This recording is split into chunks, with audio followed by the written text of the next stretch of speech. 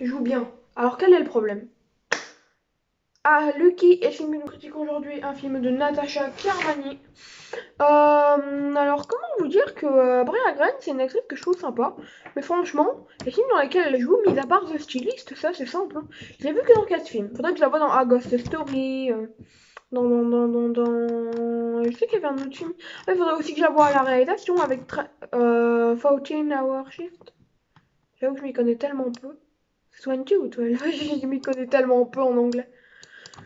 Bref, alors, donc en gros, il faudrait que je la voie à la réalisation je vais vous le dire à la française, hein, 12 Hour Shift. Je suis tellement nulle en anglais. D'ailleurs, et donc là, je l'ai revue dans Lucky et on va pas se mentir qu'elle joue très bien dans chacun de ses films, mais les films dans lesquels elle joue, Happily After Midnight, Lucky, c'est franchement souvent des films simples, quoi. Alors que The Stylist, par exemple, c'était son meilleur. Je pense que The Stylist, c'est son meilleur film. Dans ceux que j'ai vus, hein, il reste encore.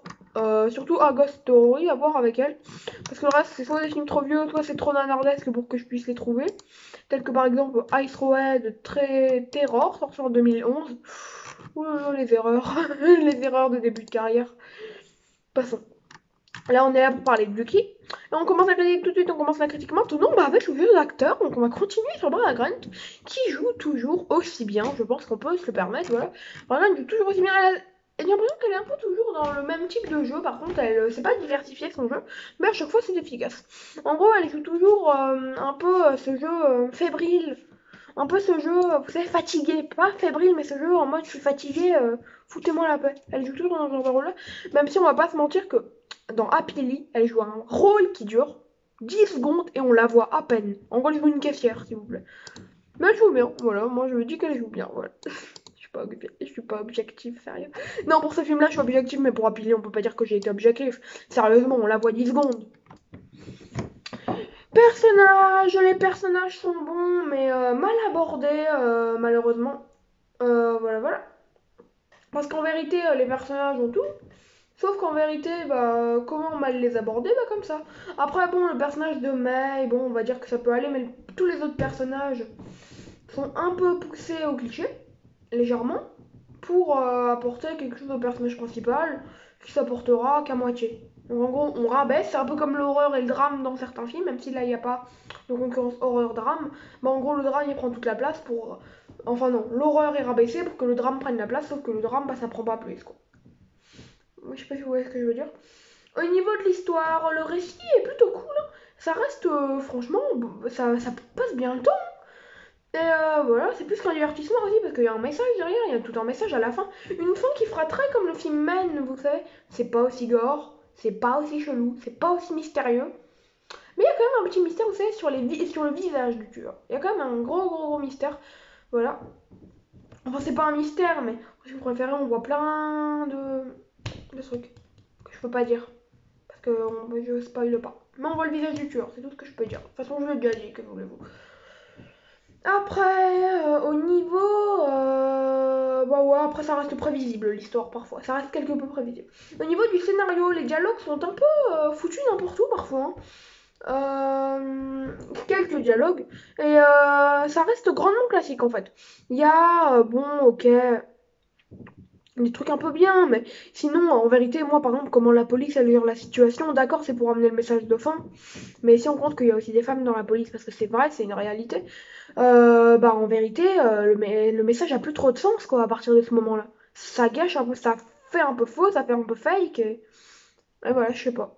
Faudrait prendre le réalisme quand même un peu plus. Parce qu'en plus, ils montrent qu'il y a des femmes dans la police dans le film, mais je sais pas, ils abordent pas ce sujet-là. Au niveau de l'anxiété, du gore, de Dead Scene et du mystère, il y a de bonnes. Comment dire? Comment expliquer ça? Il y a, on va dire, moi, il y a un peu de gore, quoi, mais sans plus, vraiment, ça va jamais bien loin, hein, c'est du petit gore. Après, bon, il y a des petits moments horrifiques, mais c'est sympa, quoi. Ça fait surtout un man veille jeune bien sage, quoi. Photographie, la luminosité très bien gérée, mais surtout la photographie pas grand chose à dire, mais la luminosité j'ai beaucoup aimé. L'humour, il y a une petite dose d'humour, et j'ai bien aimé franchement.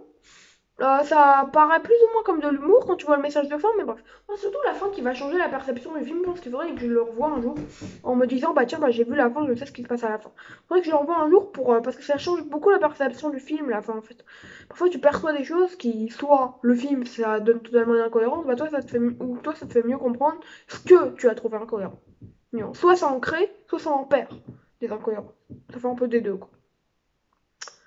Voilà, voilà. Alors, on était où?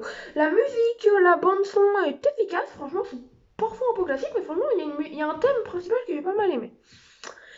La fin, nous avons de toute évidence un message sur la fin, sur le visage, donc. Il y a totalement un message qu'elle a été blessée, qu'on fait pas attention au personnage principal. Ça amenait très bourrinement, mais c'est voilà, on ressent à peu près ça. Qu'en fait, elle a été même par la police, même par son mari, on sent qu'elle a été un peu délaissée dans le film. Ma note sur 20 sera donc, je sais pas, c'est sympa, c'est sympa. On va dire 12, 12 sur 20, pas plus. Voilà, bah Lucky, j'en attendais peut-être un peu trop à cause de Brad Wright, mais je me rends compte qu'à chaque fois, mis à part dans The Stylist, qui est le premier film dans lequel j'ai vu, donc j'avais aucune attente à ce niveau, au niveau de Brad Wright. Mais maintenant, chaque fois que j'ai des attentes pour Brad Wright, bah je suis souvent un peu trop déçu. Ce qui est assez souvent, je pense qu'on peut le dire. Mais ouais, je suis pas déçue par son jeu, mais déçue dans le film qu'elle choisit. En espérant que le film qu'elle fait, elle, sera mieux, parce que paraît-il, elle a aussi préparé un Blue Mouse. Et il va être bien, je pense. Franchement, j'espère qu'il va être bien, son petit Blue Mouse. Blue Mouse. Ah non, non, là, je me suis trompée, j'ai regardé Natasha, enfin la réalisatrice de Lucky. Alors que là, Brea Grant, elle nous a réalisé le film là dont je ne sais pas dire le nom. Mon niveau d'anglais au top. Ah oui, elle a réalisé Torn Hearts, dont Mad Movies a parlé. Voilà, avec Katie Sagal, avec Abby Quinn, avec Alexis Lemieux. Je sais même pas de quoi ça parle en fait. Voilà, bah ça sera sa seconde réalisation. J'espère que ça marche bien. Bah voilà, bah moi les films que je vais voir prochainement, à part ça, seront. Les films que je vais voir prochainement. Alors, je réfléchis hein, vraiment. On a The Innocent la semaine prochaine. Là, je vois The Innocent. Cette semaine, ah oui, je vais peut-être voir mon réalisateur préféré. Je sais pas pourquoi j'oublie à chaque fois, alors que c'est la chose la plus importante en fait. Mais c'est que me dit, bah c'est pas un nouveau film, donc voilà, donc j'y pense pas trop. Chaos de Martin Omega, prenez soin de vous. Et moi, je prends soin de moi.